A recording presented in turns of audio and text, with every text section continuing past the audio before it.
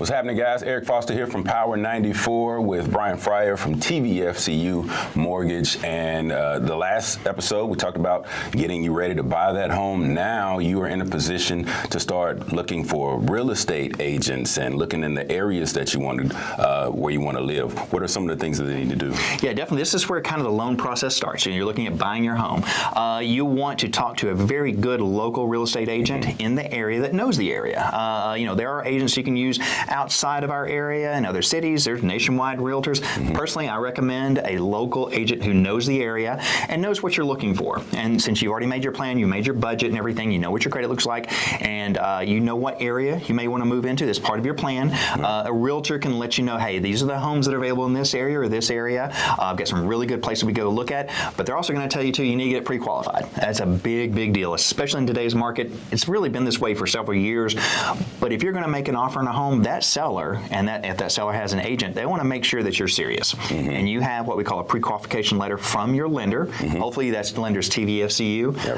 But what we will do is pre-qualify you. We'll get an application from you, and then we'll pull your credit, all three credit bureaus, and then we'll see what you qualify for. And then we'll go over the numbers with you, what products and service or products we have that might fit best your needs. And then once we have that and you're happy with that, we'll issue a pre-qualification letter on our letterhead. You can take that letter that'll say that you're pre-qualified up to, let's say, $300,000 purchase price.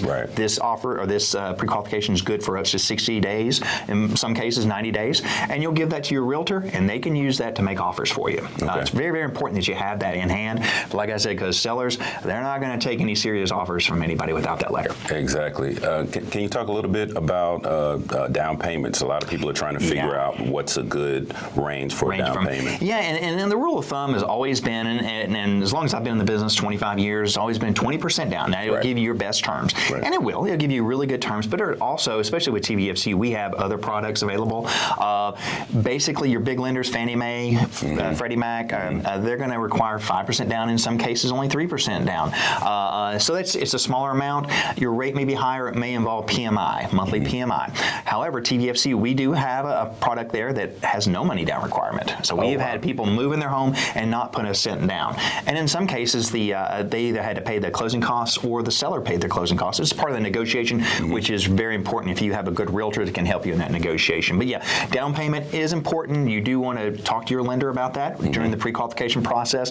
I will say, too, if you've got any of those monies and you're going to use that for down payment, don't spend it. Keep it in the account. Don't touch it. Also, your lenders, too, are going to want to source and season that money. They want to know where that money is sitting. Can't use cash, even though they say cash is king.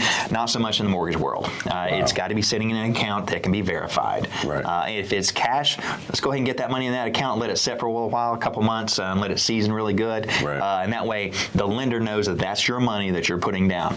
Also, on down payments, too, you can, in some cases, use a gift from a relative. That's a big thing we're seeing right now. A lot of younger millennials and Gen Zers may not have that money to put down.